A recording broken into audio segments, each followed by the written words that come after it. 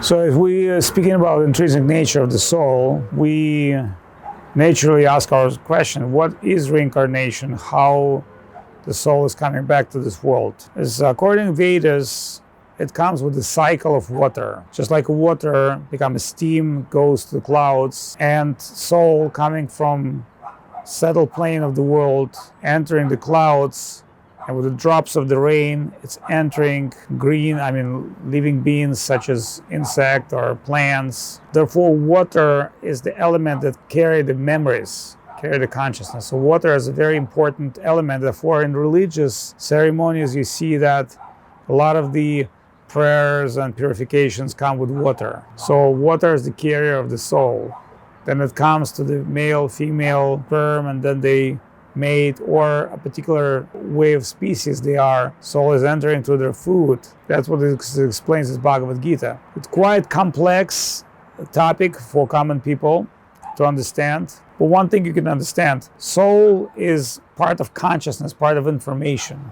It's a living being. It's a digital-like being in physical world. So it doesn't have physical nature. It's the consciousness, just like your iPhone has a software, and you're asking, where are you getting your software? You can say, well, I'm heading off internet. I'm heading from App Store. Yeah, it might be coming through physical cable or Wi-Fi router, but it's a subtle principle. Soul is a very subtle, conscious living being, which has nothing to do with matter, even with subtle matter. Therefore, it's using the subtle covers, such as water or other primarily subtle elements, but itself, soul, are not really being transferred. You cannot weight soul. There's no way to weight or measure soul. For soul measurement, you need the big heart, you need love. These are the measurements of the soul, the consciousness. Not any physical measurements of nanometers, of nanocentimeters, or molecules, etc. Soul is way smaller than that. Not from physical perspective.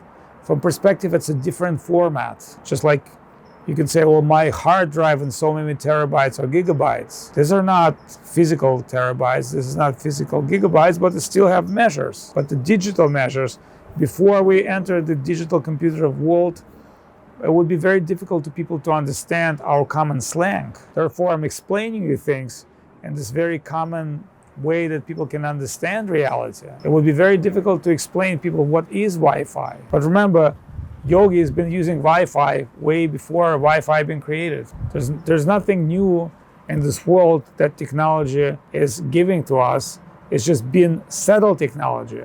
Now it's become the hardware stuff. Now this machine is recording sound and memory, but used to be one can listen and remember everything.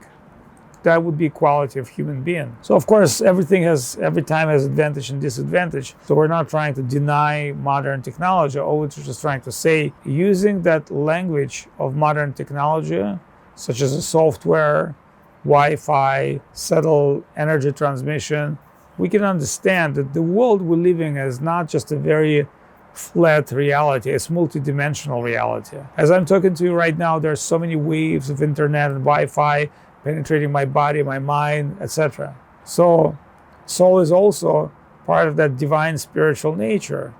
So the way it's entered to this world is coming from tatastha. Actually, position of the soul is marginal. Soul that we are between the spiritual world and material world. Let's compare two worlds. Let's say you're on the bank of ocean. Ocean is completely different world.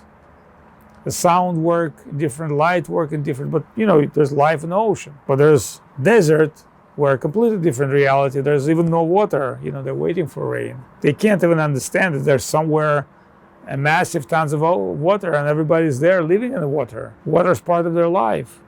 In the desert, you cannot understand this because you are living in a dry desert. Suppose somebody born in between water and the desert. And really, as a turtle, your real true life is a life in water.